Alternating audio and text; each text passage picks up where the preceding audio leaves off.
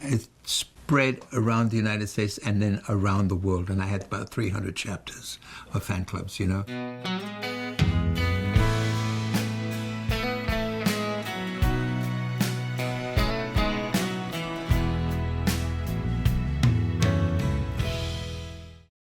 Well, to be one of the people on the Hollywood Star Walk of Fame is one of the greatest honors, because, you know, you get all the Clark Gables and all these people of that nature, stars over there, along with all the Beatles and, you know, Rolling Stones and all the major movie stars in the world, the Betty Grable and people that I've met in my life, you know.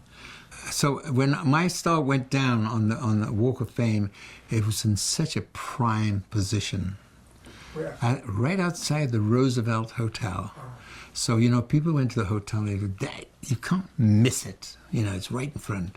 So therefore, I was very honored to get that position, you know, on the Walk of Fame. Nice, isn't it? Nice. In a good position, you know, with a landmark, right in front of a landmark, bang, I got my star. Yeah. Thank you, I said. Thank you. Oh yeah, I had to give a little speech, things like that. And, a lot of my fans showed up for it, you know, which was great.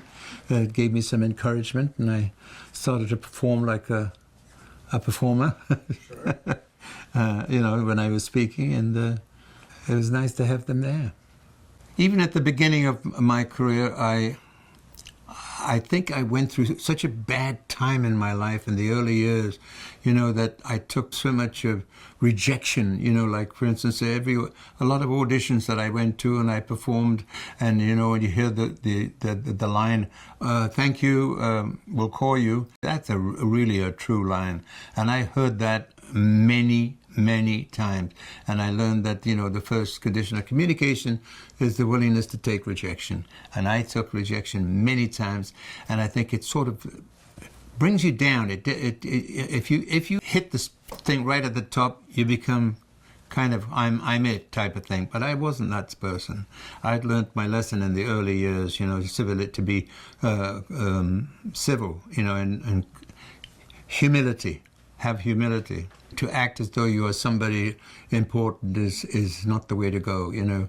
An expression from my parents' era where they always said civility costs nothing, you know, and I'm always nice to people, and if you do that, it will bounce back on you the same way, you know.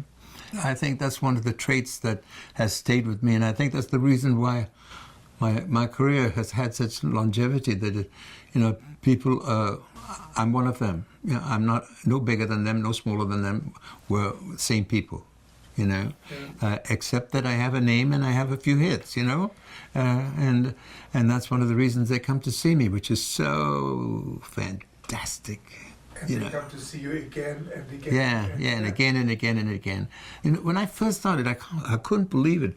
My fan club started in England, you know, and then a lady called Hilda Shadwick started it. And then my fan club started there. And then I had a big fan club in New York, and then I had a big fan club in California, you know, and it spread around the United States and then around the world. And I had about 300 chapters of fan clubs, you know. That's given me a good. It's been very good for my career. You know, it stabilized it and made it. I had cheerleaders everywhere I went, which was just wonderful. I call them my spark plugs, but they're my cheerleaders. You know, but spark plugs is the right expression, I think. Watching you in a concert, it's almost like you're the spark plug too for them, because all of a sudden the engine starts up. Yeah, well, that's I suppose so. There's a connection. Yeah, we're part of the engine. Yeah. Yeah, it's great. They're great. I try to be the best I can and try to understand.